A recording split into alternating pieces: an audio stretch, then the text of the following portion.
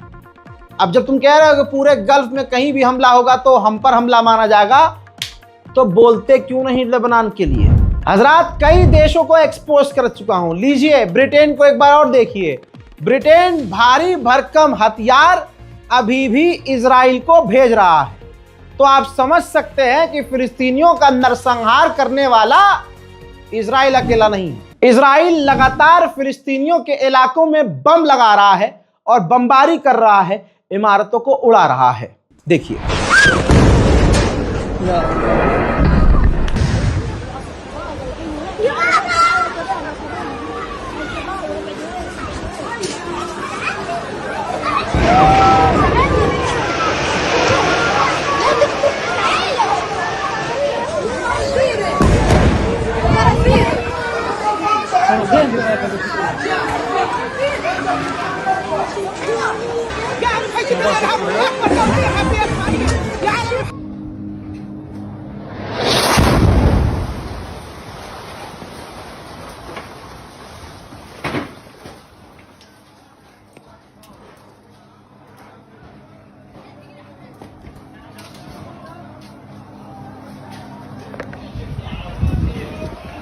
हजरात, मुझे पूरा यकीन है कि इस वीडियो को आप शेयर करेंगे, अपनी दुआओं में हमें याद करेंगे और रखेंगे, और अपनी राय कमेंट सेक्शन में जरूर लिखेंगे। जय हिंद।